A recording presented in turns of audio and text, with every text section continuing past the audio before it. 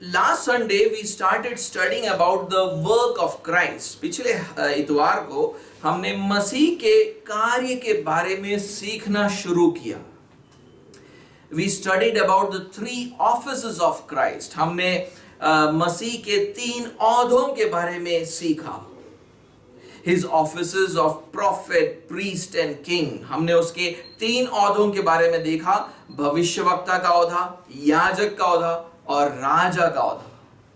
Today we end the doctrine of Christ by looking at one particular aspect of his priestly work in more detail. आज हम उसके याजक होने के एक खास पहलू को थोड़ा और विस्तार से देखेंगे और मसीह के शिक्षा को आज हम इससे समाप्त करेंगे. And that particular aspect is atonement. और वो जो खास पहलू है वो है प्रायश्चित. कितने लोगों ने ये शब्द को सुना है? How many of you have heard this word atonement, प्रायश्चित? See, when a person offends one person, then that offender should make amends or pay a price or penalty to the offended party. देखिए, जब कोई व्यक्ति दूसरे व्यक्ति के खिलाफ अपराध करता है तो उस अपराधी को खेदित अथवा चोट पहुंचे हुए व्यक्ति को हर्जाना देना पड़ता है. हम सबको ये पता है.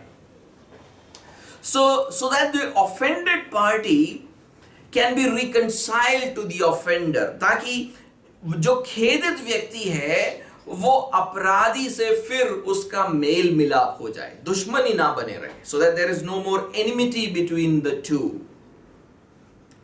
Those amends or payment of a price or penalty so that there is reconciliation, that amendment or those amends or the payment of that price or penalty is called atonement.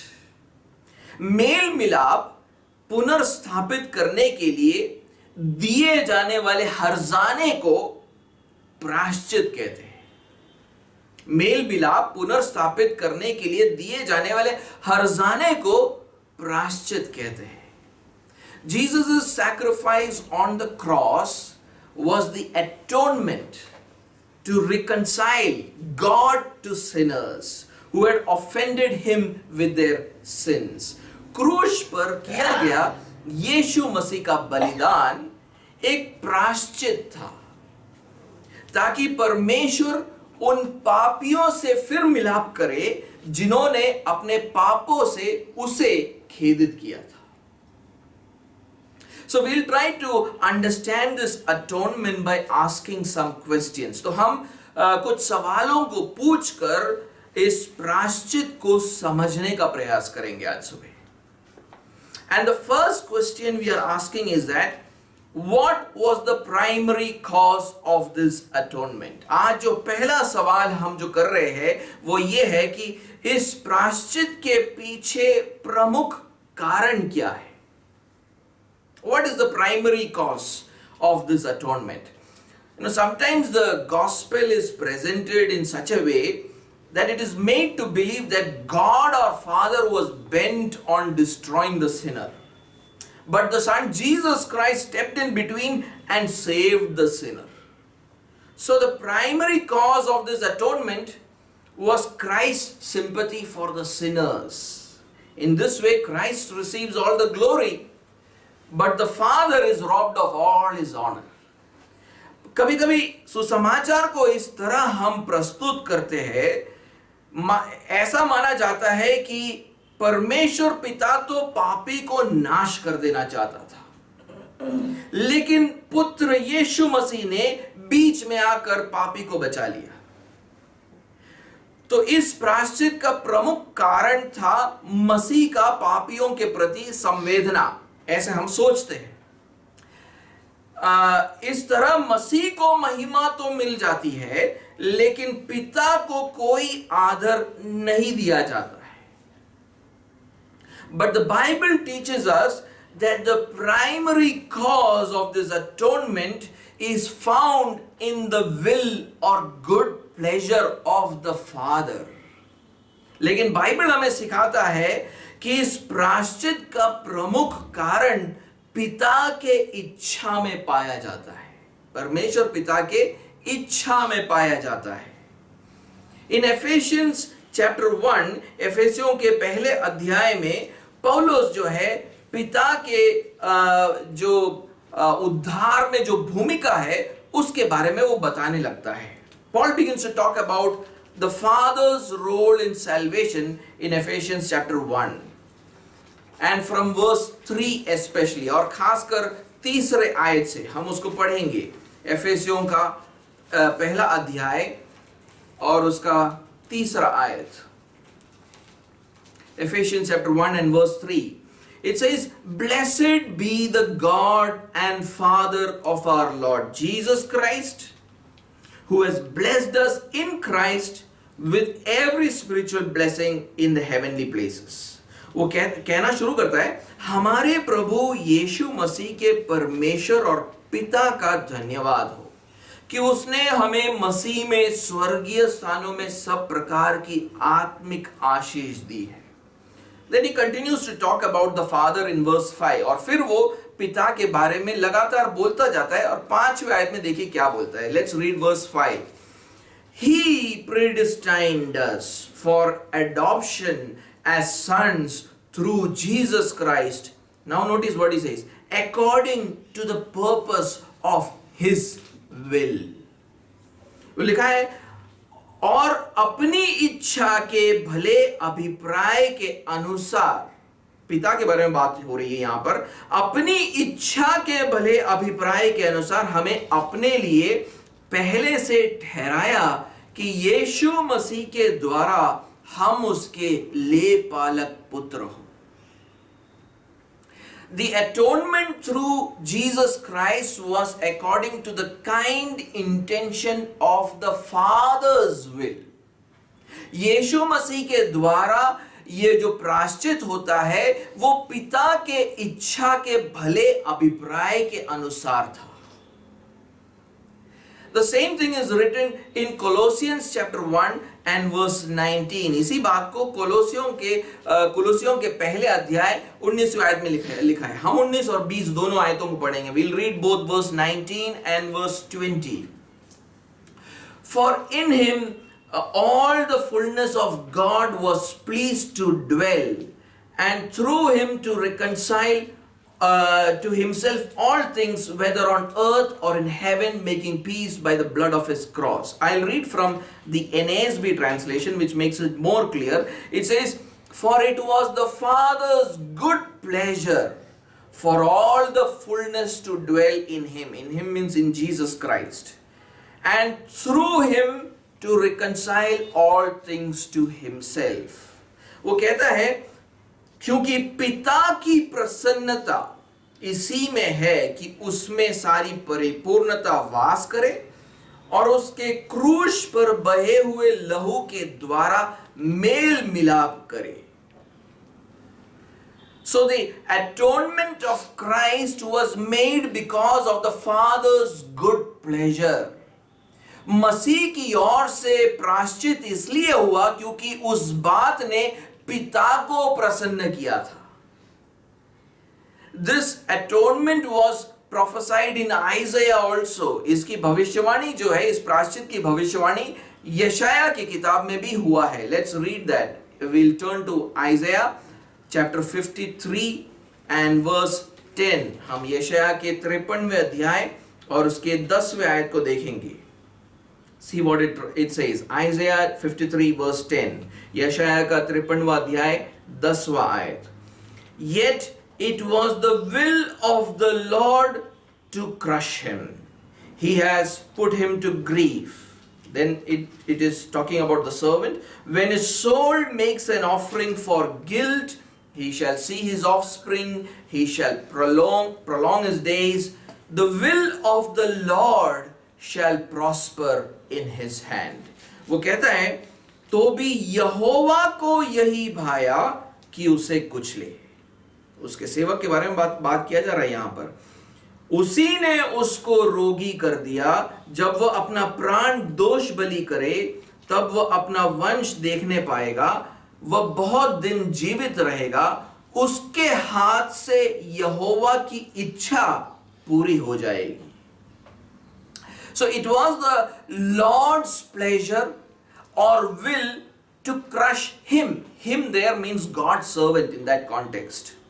वहां पर यह बोला जा रहा है कि यहोवा को यह भाया है कि वो उससे यानी अपने सेवक के बारे में बात कर रहा है उस संदर्भ में, उससे कुचले।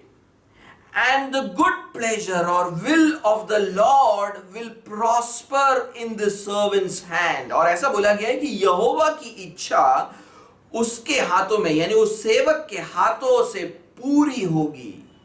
उसके हाथों यानी सेवक के हाथों। Who is this servant who will be crushed by the Lord and in whose hand the Lord's will prospers? कौन है ये सेवक जिसको यहोवा कुचलेगा और जिसके हाथों से यहोवा की इच्छा पूरी होगी? That servant was Jesus Christ. वो सेवक और कोई नहीं पर यीशु मसीह है। He fulfilled the Father's will by making atonement for our sins. उसने हमारे पापों के लिए प्रायश्चित करके पिता की इच्छा को पूरा किया। पिता की इच्छा को पूरा किया। But remember that the primary cause of the atonement was in the Father's will or good pleasure. लेकिन हमेशा याद रखिएगा कि ये प्रायश्चित का प्रमुख कारण हम परमेश्वर पिता की इच्छा में पाते हैं। The second question we ask about this atonement is whether it was necessary. दूसरा जो सवाल हम इस प्रायश्चित के बारे में पूछते हैं वो ये है कि क्या ये प्रायश्चित आवश्यक था? Some people say that God could have forgiven sinners without an atonement. बहुत सारे लोग ये कहते हैं कि परमेश्वर एक प्रायश्चित बिना ही पापियों को क्षमा कर सकता था। But the Bible teaches us that a righteous and holy God cannot overlook sin. लेकिन बाइबल हमें सिखाता है कि एक धर्मी और पवित्र परमेश्वर पाप को कभी नजरअंदाज नहीं कर सकता है। He is against sin all the time. वो पाप का विरोध करता है। अगर हम भजन संहिता 5वां अध्याय पढ़े तो वहां पर पाप के प्रति परमेश्वर की घृणा को हम सीख सकते हैं। If we read Psalm chapter 5, we can learn about God's hatred for sin. Let's turn to Psalm chapter 5 and verse 5 and 6. हम भजन संहिता 5वां अध्याय 5वां और 6वां आयत हम पढ़ेंगे। It says, "The boastful shall not stand before your eyes. You hate all evildoers. You destroy those who speak lies. The Lord abhors the bloodthirsty and deceitful man." वहां लिखा है, घमंडी तेरे सम्मुख खड़े होने ना पाएंगे। तुझे सब अनर्थकारियों से घृणा है।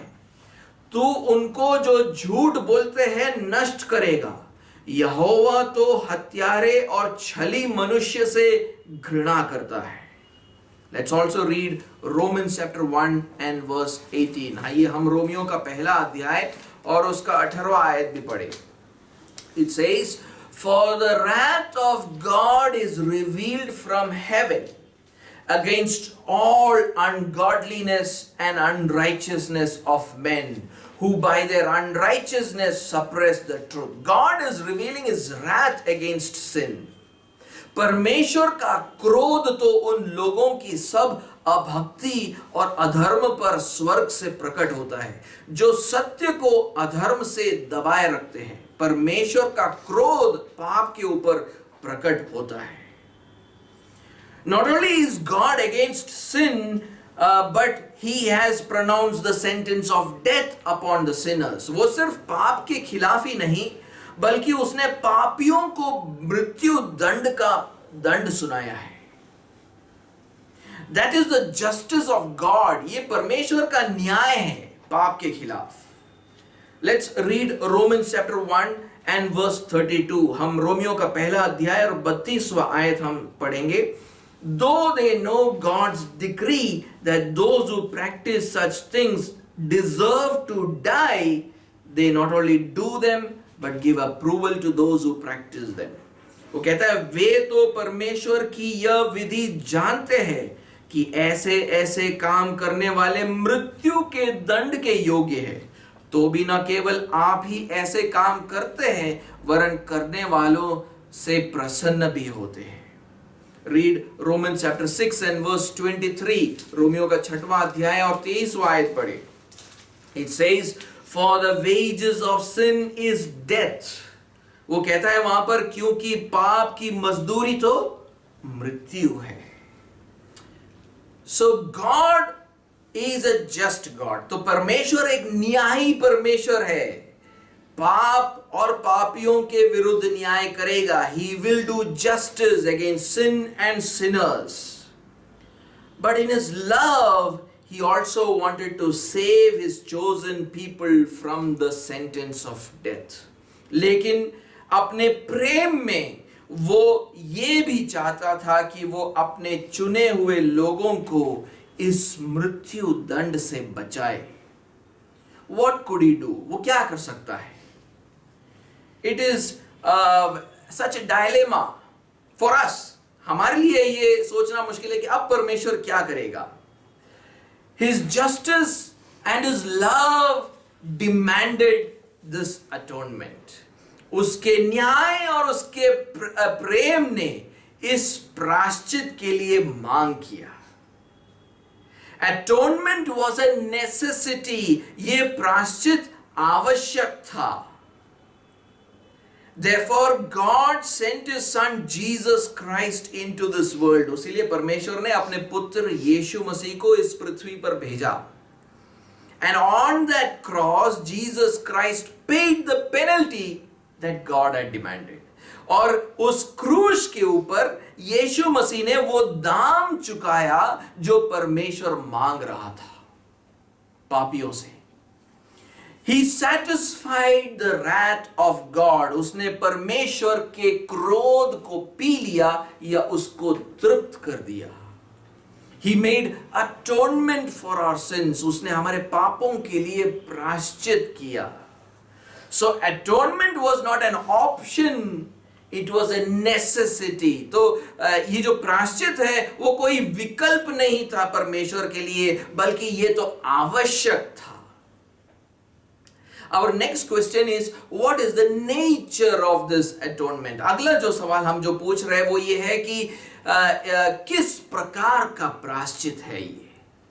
What kind of atonement is this? What is the nature of this atonement? The following three things can be said about the nature of this atonement. हम इस प्रायश्चित के बारे में तीन बातों को कह सकते हैं। First, this atonement was made to satisfy God. ये प्रायश्चित परमेश्वर को तृप्त करने के लिए किया गया था। Many people say that atonement was made so that the sinner could repent and turn back to God. बहुत सारे लोग ऐसे बोलते हैं कि प्रायश्चित इसलिए किया गया ताकि पापी मनुष्य पश्चाताप करके परमेश्वर के पास लौट आए। नहीं, no. As I said earlier also, amends or payment is always made to the offended party. जैसे मैंने पहले भी कहा कि प्रायश्चित इसलिए किया जाता है ताकि पापी मनुष्य हम प्रायश्चित इसलिए करते हैं हर्जाना हम खेदित व्यक्ति को दे सके। हर्जाना हमेशा खेदित व्यक्ति को दिया जाता है। And in our case, God has been offended by our sins. और हमारे मामले में परमेश्वर खेदित हुआ है हमारे पापों के कारण। Therefore, atonement was made to satisfy God. इसलिए प्रायश्चित परमेश्वर को तृप्त करने के लिए किया गया। The primary purpose of the atonement was to reconcile God to the sinner. प्रायश्चित का मुख्य उद्देश्य यह था कि परमेश्वर पापी मनुष्य से अब मेल मिलाप कर ले। The reconciliation of the sinner to God may be regarded as a secondary purpose but not a primary purpose. कि पापी परमेश्वर से मेल मिलाप करे, ये दूसरा उद्देश्य था। पहला उद्देश्य था कि परमेश्वर जो है पापी से मेल मिलाप करे। The second thing about the nature of this atonement is that it was a vicarious or substitutionary atonement. दूसरी बात जो इस प्रायश्चित के बारे में कह सकते हैं वो ये है कि ये प्रतिनिधि के द्वारा होने वाला प्रायश्चित था। प्रतिनिधि के द्वारा होने वाला प्रायश्चित था। God could have demanded the atonement from the sinner. परमेश्वर पापी से ये प्रायश्चित मांग सकता था, but it would have been impossible for him to accomplish it. लेकिन उसके लिए ऐसा प्रायश्चित पूरा करना नामुमकिन होता। सोच कर देखिए, think about it. How could mortal man fulfill the requirements of God's eternal punishment? एक नाशवान मनुष्य परमेश्वर के अनंत दंड को भला कैसे पूरा कर सकता है? How could sinful man obediently submit to God's punishment? एक पापमय मनुष्य आज्ञाकारी होकर परमेश्वर के दंड के अधीन कैसे हो सकता है? That is why God graciously ordained that Christ should take the place of man as his vicar or substitute. उसीलिए परमेश्वर ने अनुग्रहकारी होकर ये ठहराया कि मसीह मनुष्य का स्थान लेकर उसका प्रतिनिधि बन जाए। Let's read Isaiah 53 and verse 6. यशाया के 53वें अध्याय और उसके 6वें आयत को हम पढ़ेंगे। Isaiah 53 and verse 6. All we like sheep have gone astray. We have turned everyone to his own way. And the Lord has laid on him the iniquity of us all. हम तो सबके सब भेड़ों के समान भटक गए थे। हम में से हरेक ने अपना मार्ग लिया और यहोवा ने हम सबों के अधर्म का बोझ उसी पर लाद दिया। So our iniquities fell on him. He was our substitute. हम सबों का अधर्म उस पर लादा गया, वो हमारा प्रतिनिधि बना। John chapter 1 verse 29 says, the Lamb of God who takes away the sin of the world. So the Lamb of God takes away the sin of the world. वो बोलता है यूहन्ना के पहले अध्याय 29वें आयत में, परमेश्वर का मेमना जगत का पाप उठा ले जाता है। खुद का पाप नहीं था, जगत का पाप उठा ले जाता है। And Christ as our vicar or substitute atoned for our sins on the cross or Masih on the cross और मसीह हमारा प्रतिनिधि बनकर क्रूस पर हमारे पापों के लिए प्रायश्चित करता है। Let's read 1 Peter chapter 3 and verse 18. पहला पत्रस 3 अध्याय और उसके 18वें आयत को हम एक बार पढ़ेंगे। 1 Peter chapter 3 verse 18. पहला पत्रस 3 अध्याय 18वां आयत. For Christ also suffered once for sins, the righteous for the unrighteous. That's the key phrase there. The righteous for the unrighteous, that he might bring us to God, being put to death in the flesh, but made alive in the spirit. इसलिए कि मसीह ने भी, अर्थात देखो ध्यान से पढ़ो क्या लिखा है, अधर्मियों के लिए धर्मी ने पापों के कारण एक बार दुख उठाया ताकि हमें परमेश्वर के पास पहुंचाए। वह शरीर के भाव से तो घात किया गया, पर आत्मा के भाव से जिलाया गया। So the just dies for the unjust. The just became the substitute for the unjust. अधर्मियों के लिए धर्मी मरा, धर्मी जो है अधर्मियों का प्रतिनिधि बना. That is why we say that this atonement is a vicarious or substitutionary atonement. उसीलिए हम ये कहते हैं कि ये प्रायश्चित एक प्रतिनिधि के द्वारा होने वाला प्रायश्चित है. The sacrifices which we read in the Old Testament pointed towards this substitutionary atonement. पुराने नियम में जिन बलियों के बारे में हम पढ़ते हैं वो इस प्रतिनिधि के द्वारा होने वाले प्रायश्चित के तरफ इशारा कर रहे थे. Sometimes we say that it is boring to read books like Leviticus. हम में से कुछ लोग बोलते हैं ना कि लेविया व्यवस्था जैसे किताबों को पढ़ना बहुत बोरिंग है, कौन पढ़ेगा इसको. The book of Leviticus gives us a picture of the substitutionary atonement of Christ. लेकिन लेविया व्यवस्था का किताब मसीह के इस प्रतिस्थापी प्रायश्चित का चित्र हमें प्रस्तुत करता है. Let us read a few verses from Leviticus. हम लेविया व्यवस्था से कुछ आयतों को हम पढ़ेंगे. लेविया व्यवस्था का पहला अध्याय और उसका चौथा आयत. Let's read Leviticus chapter 1 and verse 4.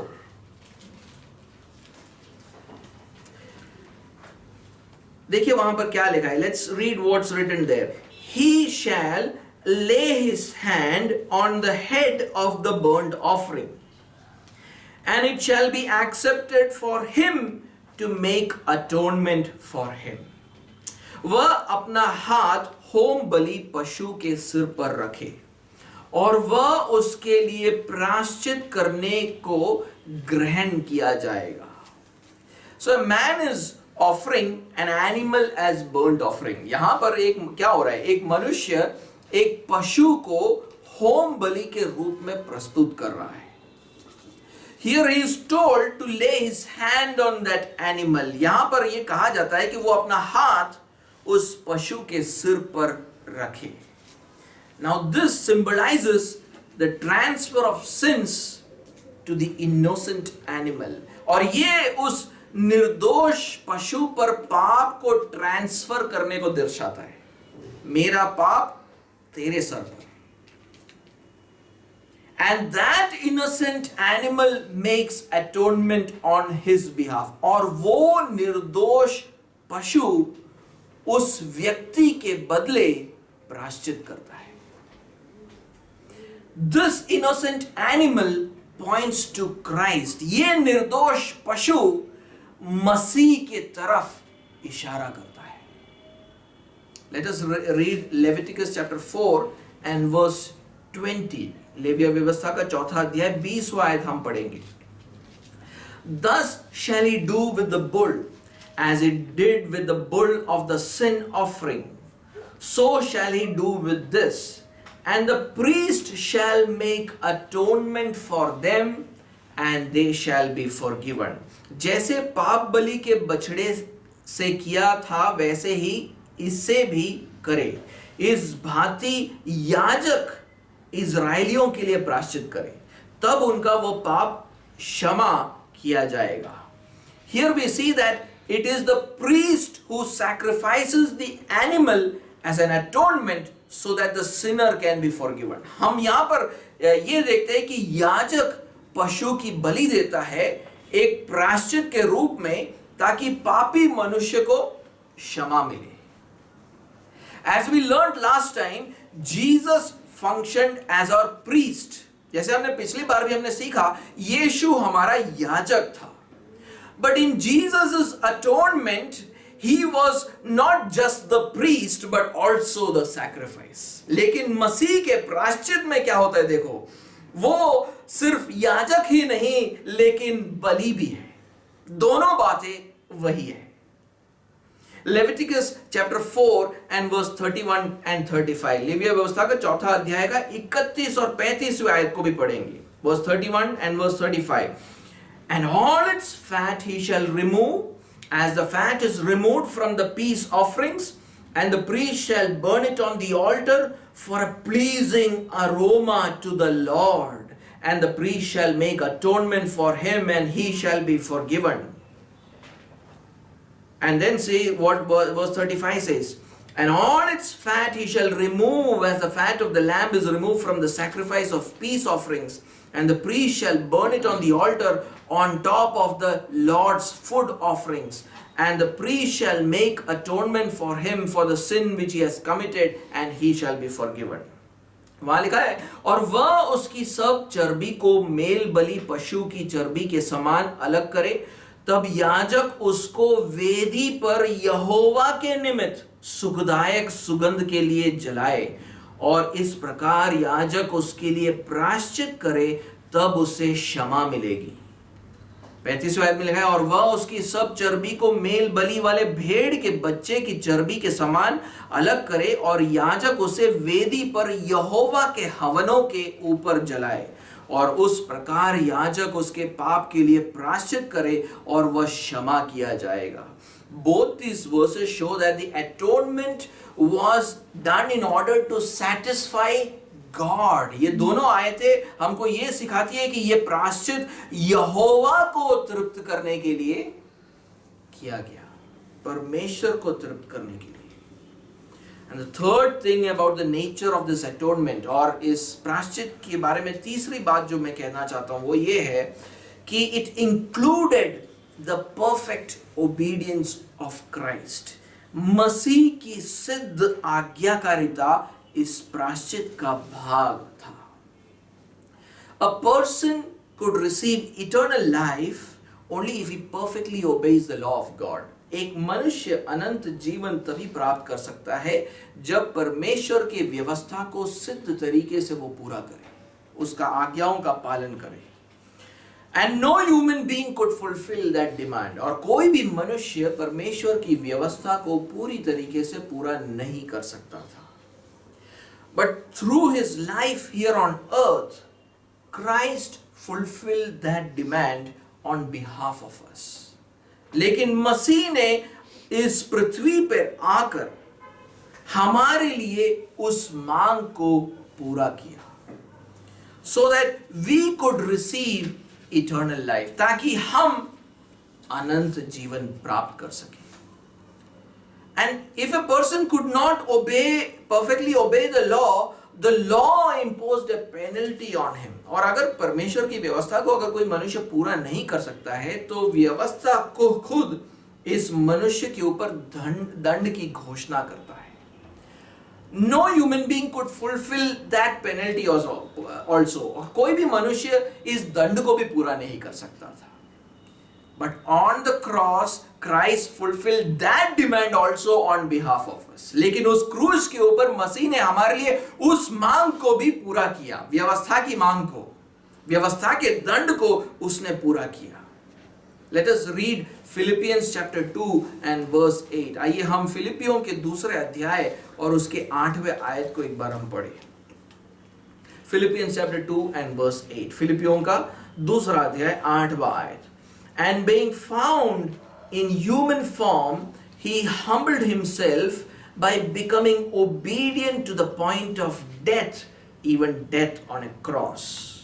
और लिखा है, और मनुष्य के रूप में प्रकट होकर अपने आप को ऐसा लिखना चाहिए वहां पर कि यहां तक आज्ञाकारी होकर दीन हुआ कि मृत्यु, हाँ, क्रूस की मृत्यु भी सह ली। Paul says that Christ became a human being. पौलुस कहता है कि मसीह जो है एक मनुष्य के रूप में आया। And then he humbled himself, और उसने अपने आप को दीन किया। How did he humble himself? उसने अपने आप को दीन कैसे किया? The verse says he humbled himself by becoming obedient. आयत कहता है कि आज्ञाकारिता के द्वारा वो दीन हुआ।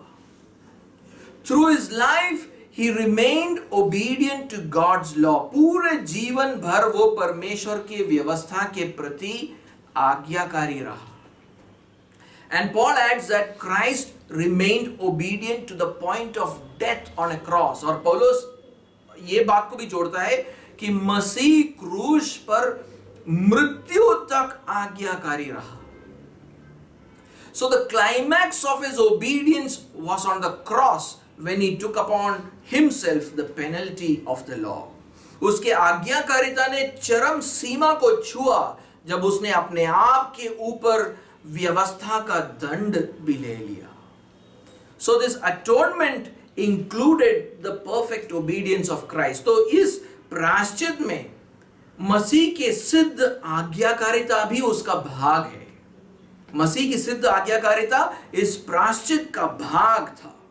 So that the penalty of our sins was paid and we received the gift of eternal life. ताकि हमारे पापों के दंड को चुकाया जाए और अनंत जीवन का दान हमें प्राप्त हो. Our last question about this atonement is that what is its scope? हमारा जो आखिरी सवाल है इस प्रायश्चित के बारे में वो ये है कि उसकी पहुंच कितनी है. इस प्रायश्चित की पहुंच कितनी है. Many Christians believe that the scope of the atonement was universal. बहुत सारे मसीह लोग ये सोचते हैं कि इस प्रायश्चित की पहुंच सर्वव्यापी है, हर मनुष्य तक है. That Christ died for the purpose of saving all without any exception. कि मसीह हर व्यक्ति को बचाने के उद्देश्य से मरा, किसी को भी छोड़ा नहीं गया है इसके दायरे में से. हर व्यक्ति इसके दायरे में आ जाता है. They also admit that the intended purpose of this atonement, however, was not fulfilled. लेकिन वो ये भी कहते हैं इस प्रायश्चित का उद्देश्य पूरा नहीं हुआ.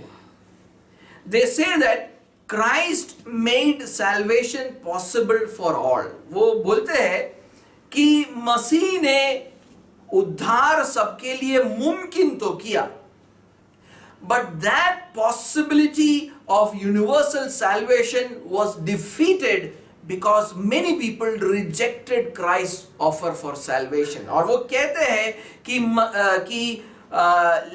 लेकिन एक सर्वव्यापी उद्धार का उद्देश्य पूरा इसलिए नहीं हुआ क्योंकि बहुत से लोगों ने मसीह के उद्धार के प्रस्ताव को नकार दिया है. This means that human choice defeated God's good purpose through Jesus Christ. इसका मतलब यह होता है कि मनुष्यों के चुनाव शक्ति ने यीशु मसीह के द्वारा होने वाले परमेश्वर के अच्छे उद्देश्य को हरा दिया. But I don't think this view about the scope of the atonement is biblical. लेकिन मैं ये नहीं सोचता हूं कि प्रायश्चित की पहुंच के बारे में ये जो सोच है वो बाइबल के अनुसार है. There are Bible verses which seem to suggest that Christ died for all or everyone. Bible में देखो आयतें हैं जिनको पढ़कर आपको ऐसा लगेगा कि ये बोला जा रहा है कि मसीह सबके लिए मरा. उदाहरण के रूप में पहला तिमोथी हम देखेंगे, पहला तिमोथियुस का 2 अध्याय और उसका 5वां और 6वां आयत.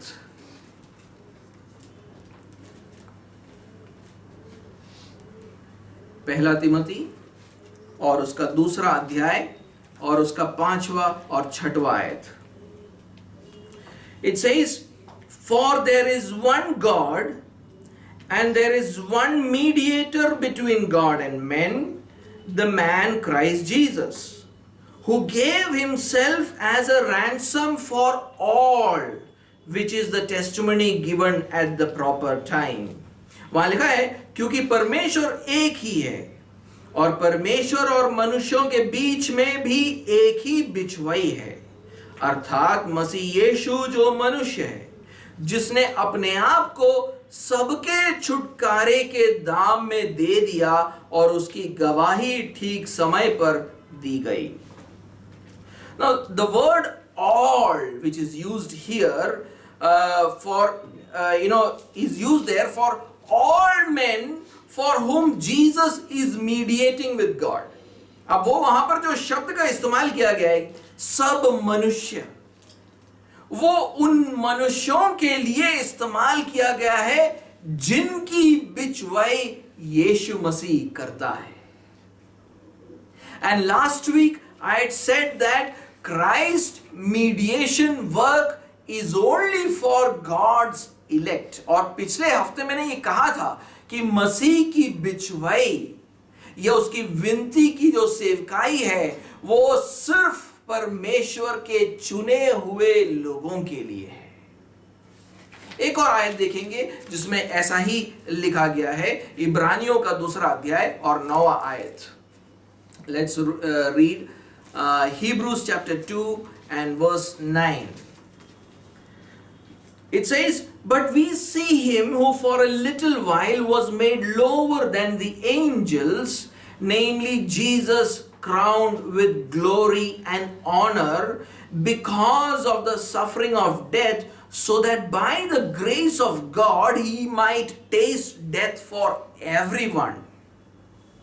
पर हम यीशु को जो स्वर्गदूतों से कुछ ही कम किया गया था, मृत्यु का दुख उठाने के कारण महिमा और आदर का मुकुट पहने हुए देखते हैं, ताकि परमेश्वर के अनुग्रह से वह हरेक मनुष्य के लिए मृत्यु का स्वाद चखे। अब देखिए यहां पर ऐसा लिखा गया है कि हरेक मनुष्य के लिए मृत्यु का स्वाद चखे। It says that he died, he tasted death for everyone. Now read verse 10 also. अब 10वें आयत को भी हम पढ़ेंगे। For it was fitting that he, for whom and by whom all things exist, in bringing many sons to glory. Now you see that in bringing many sons to glory, should make the founder of their salvation perfect through suffering. वहां लिखा है क्योंकि जिसके लिए सब कुछ है और जिसके द्वारा सब कुछ है, उसे ये अच्छा लगा कि वह बहुत से पुत्रों के लिए, सब पुत्रों के लिए नहीं, ठीक है, बहुत से पुत्रों को महिमा में पहुंचाए, तो उनके उद्धार के कर्ता को दुख उठाने के द्वारा सिद्ध करे। God's purpose was to bring many sons to glory, not everyone. परमेश्वर का उद्देश्य यह था कि बहुत से पुत्रों को महिमा में पहुंचाए, सबको नहीं। And for every one of these sons, Jesus tasted death. और उन सब के लिए यीशु ने मृत्यु का स्वाद चखा। So the word all or everyone is used in these places is for the elect of God. तो यहां पर ये जो सब या हरेक मनुष्य कहा गया है, ये परमेश्वर के चुने हुए लोगों के लिए कहा गया है। There are other Bible verses which seem to suggest that Christ died for the whole world. दूसरे आयतें हैं जिसके अंदर ऐसा समझा जाता है कि मसीह जो है सारे जगत के लिए मरा, जैसे कि 1 यूहन्ना 2 अध्याय और 2 आयत, as 1 John chapter 2 and verse 2. What does it say? He is the propitiation for our sins, and not for ours only, but also for the sins of the whole world. और वही हमारे पापों का प्रायश्चित है, और केवल हमारे ही नहीं वरन सारे जगत के पापों का भी। And then let's also read 1 John chapter 4 and verse 14. हम 1 यूहन्ना 4 अध्याय 14 आयत को भी हम पढ़ेंगे। And we have seen and testify that the Father has sent his Son to be the Savior of the world. हमने देख भी लिया और गवाही देते हैं कि पिता ने पुत्र को जगत का उद्धारकर्ता करके भेजा है, जगत का उद्धारकर्ता। But this word world is used there for believers from all nations of the world or believers of all kinds and classes. वहां पर ये जो शब्द है जगत, वो ऐसे विश्वासियों के लिए इस्तेमाल किया गया है जो सारे देशों से है, हर प्रकार या हर दर्जे के लोगों में से है। इस प्रकार जगत शब्द का इस्तेमाल किया गया है वहां पर। The word world is used to show that people from all nations of the world, all kinds and all classes of people are included in this salvation. That's why he uses the word world. इसलिए वो जगत शब्द का इस्तेमाल करता है। हर प्रकार के लोग, हर जगह फैले हुए लोग, उसीलिए वो जगत कहता है। But there is another major flaw with this universal argument. लेकिन इस सर्वव्यापी तर्क में एक बड़ा खोट है। जो लोग बोलते हैं कि यीशु सबके लिए मरा, वो those who say that Jesus died for everyone, It shows God in a bad light. वो परमेश्वर को एक खराब ढंग से प्रस्तुत करते हैं. कैसे? How? It shows God as an unjust God. ये जो है सोच परमेश्वर को एक अन्यायी परमेश्वर के रूप में प्रस्तुत करता है. If he punished Christ for the sins of the whole universe, अगर परमेश्वर ने हर व्यक्ति के पापों के लिए मसीह को दंड दे दिया, and then at the end if he again punishes those who did not receive Christ's offer of salvation, और अंत में अगर वो फिर से उन सबको दंड देता है जिसने मसीह के उद्धार के प्रस्ताव को ठुकरा दिया है, what is he doing? वो क्या कर रहा है? परमेश्वर क्या कर रहा है? He is giving double punishment for the same sins. वो तब क्या कर रहा है? वो एक ही पाप के लिए दो बार दंड दे रहा है. पहले मसीह को दंड दिया, फिर उसके बाद जिन्होंने उसे ठुकराया उसके उन्हीं पापों के लिए फिर से दंड दिया. So he is punishing Christ for their sins, and then he is punishing them again for the same sins. Double punishment for the same sins. एक ही पाप के लिए दोहरा दंड. Doesn't that make God an unjust God? क्या ये करने से परमेश्वर एक अन्यायी परमेश्वर नहीं ठहरा? So what do we believe? हम क्या विश्वास करते हैं? We believe that the scope of the atonement is limited. हम ये विश्वास करते हैं कि इस प्रायश्चित की पहुंच सीमित है. We can also call this definite atonement. हम इसको निश्चित प्रायश्चित भी कह सकते हैं. We say that Christ died for the purpose of saving of only the elect, and that purpose was accomplished. हम ये कह सकते हैं कि मसीह परमेश्वर के चुने हुए लोगों को बचाने के उद्देश्य से मरा, और उस उद्देश्य को उसने क्रूस पर पूरा भी किया. First of all, why do we believe that Christ died only for the elect and not for everyone? हम क्यों ये विश्वास करते हैं कि मसीह जो है सिर्फ चुने हुए लोगों के लिए मरा, सबके लिए नहीं मरा? Because the Bible says that he came to die for his people or his sheep. क्योंकि बाइबल कहता है कि वो अपने लोगों के लिए मरा, अपने भेड़ों के लिए मरा. That language implies that there are other people who are not his people. वो भाषा इस बात को दर्शाता है कि ऐसे दूसरे लोग हैं जो उसके लोग नहीं हैं. That language implies that there are other sheep who are not his sheep. वो भाषा इस बात को भी दर्शाता है कि उसके ऐसी भी भेड़े हैं जो उसकी भेड़े नहीं हैं. हम कहाँ इसको देखते हैं? Where do we read that? मत्ती का पहला अध्याय और 21 आयत में देखो स्वर्गदूत आकर यूसुफ को क्या कहता है. See what the angel says to Joseph in Matthew chapter 1 and verse 21. It says, she will bear a son and you shall call his name Jesus, for he will save his people from their sins. वह पुत्र जनेगी और तू उसका नाम यीशु रखना, क्योंकि वह अपने लोगों का उनके पापों से उद्धार करेगा. Now I want you to look at another verse, an important one. एक महत्वपूर्ण आयत को हम देखेंगे. यूहन्ना का 10वां अध्याय, John chapter 10 and verse 14 and 15. यूहन्ना का 10वां अध्याय 14वां और 15वां आयत. Jesus says this. यीशु मसीह बोल रहा है, I am the good shepherd and I know my own and my own know me. Just as the Father knows me and I know the Father and I lay down my life for the sheep. So he's saying that my own know me, I know my own know me, and he's laying down his life for those sheep. वो कहता है अच्छा चरवाहा मैं हूं, मैं अपनी भेड़ों को जानता हूं और मेरी भेड़ें मुझे जानती है.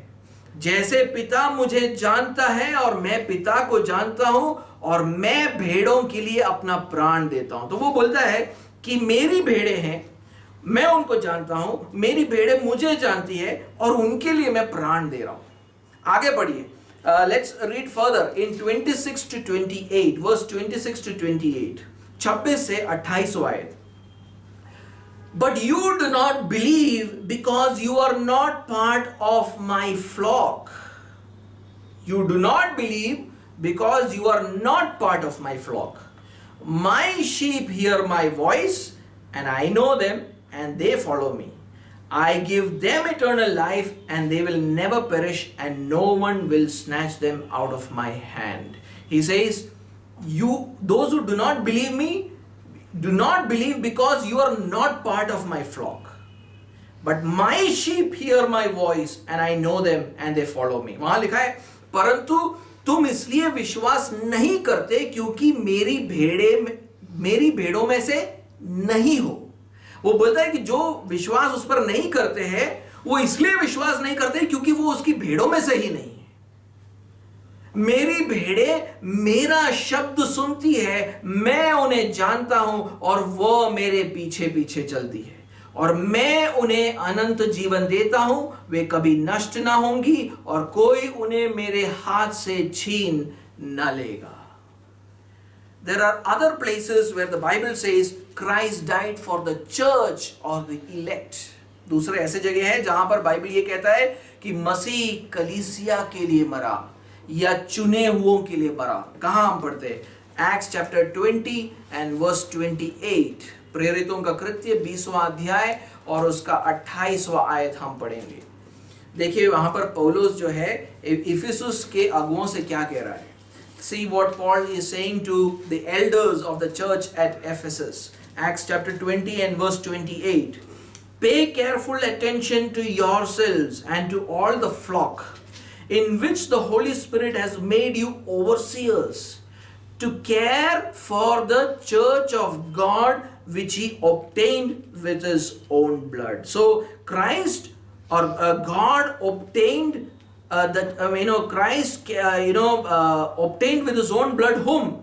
The church. वो कहता है इसलिए अपनी और पूरे झुंड की चौकसी करो जिसमें पवित्र आत्मा ने तुम्हें अध्यक्ष ठहराया है, कि तुम परमेश्वर की कलीसिया की रखवाली करो जिसे उसने अपने लहू से मोल लिया है। यानी कलीसिया को उसने अपने खून से, लहू से मोल लिया है। Let's read Ephesians chapter 5 and verse 25। एफेसियों का 5वां अध्याय और उसका 25वां आयत हम पढ़ेंगे। देखिए वहां पर क्या लिखा है, Ephesians 5 verse 25। Husbands love your wives as Christ loved the church and gave himself up for her. वहां पर तुलना कैसे की जा रही है? पतियों अपने पतियों से, अपने पत्नी से प्रेम रखो। यानी कहने का मतलब है किसी और के पत्नी से प्रेम मत रखो, अपनी पत्नी से प्रेम रखो। कैसे? जैसा मसीह ने भी कलीसिया से प्रेम करके अपने आप को उसके लिए दे दिया।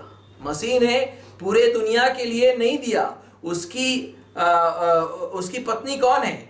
उसकी पत्नी कलीसिया है। Christ did not die for the whole world. He gave himself up for his bride. That's the church. And so the husbands are called to love their own wives. उसी तरह पतियों को बुलाए कि तुम भी अपनी पत्नी से इस तरह प्रेम रखो। And through Christ's atonement, salvation was not just made possible, rather it was accomplished. और मसीह के इस प्रायश्चित के द्वारा उद्धार को सिर्फ मुमकिन नहीं किया गया है, लेकिन उसको पूरा किया गया उस क्रूज के ऊपर। It was accomplished on the cross. उसको पूरा किया गया। I want you to read Romans 5 and verse 10. आखिरी दो आयतों को हम पढ़कर खत्म करेंगे। Romans chapter 5 and verse 10. Romeo का 5वां अध्याय 10वां आयत। देखिए वहां पर क्या लिखा है। For if while we were enemies, we were reconciled to God by the death of his son, much more now that we are reconciled, shall we be saved by his life. क्योंकि बैरी होने की दशा में उसके पुत्र की मृत्यु के द्वारा हमारा मेल परमेश्वर के साथ हुआ, तो फिर मेल हो जाने पर उसके जीवन के कारण हम उद्धार क्यों ना पाएंगे। Paul is arguing that those who have been reconciled with God through Jesus' death can be assured of their salvation. वो पौलुस ये तर्क यहाँ पर दे रहा है कि यीशु के मृत्यु के द्वारा अगर हमारा मिलाप परमेश्वर से हो गया है तो हम अपने उद्धार के बारे में निश्चिंत रह सकते हैं. ये उद्धार निश्चित हो चुका है उस क्रूस के ऊपर. एक और आयत 2 Corinthians chapter 5 and verse 21. दूसरा कोरिन्थियों का 5वां अध्याय और उसका 21वां आयत. 2 Corinthians chapter 5 and verse 21. For our sake he made him to be sin who knew no sin, so that in him we might become the righteousness of God. जो पाप से अज्ञात था उसी को उसने हमारे लिए पाप ठहराया कि हम उसमें होकर परमेश्वर की धार्मिकता बन जाए. On the cross, Jesus took our sins and gave us his righteousness. क्रूस पर यीशु ने क्या किया? क्रूस पर यीशु ने हमारे पापों को ले लिया और हमें उसकी धार्मिकता दे दी. We receive this righteousness through faith. और हम इस धार्मिकता को विश्वास के द्वारा प्राप्त करते हैं. And those who are righteous before God are saved. और जो परमेश्वर के सामने धर्मी ठहरते विश्वास के द्वारा उनका उद्धार हो चुका है. God will not condemn them anymore. अब परमेश्वर उनको दंडित नहीं करेगा. So Jesus' death on the cross has accomplished salvation for the elect of God. इसका मतलब है कि क्रूस पर यीशु के मृत्यु ने परमेश्वर के चुने हुए लोगों के लिए उद्धार को प्राप्त कर लिया है.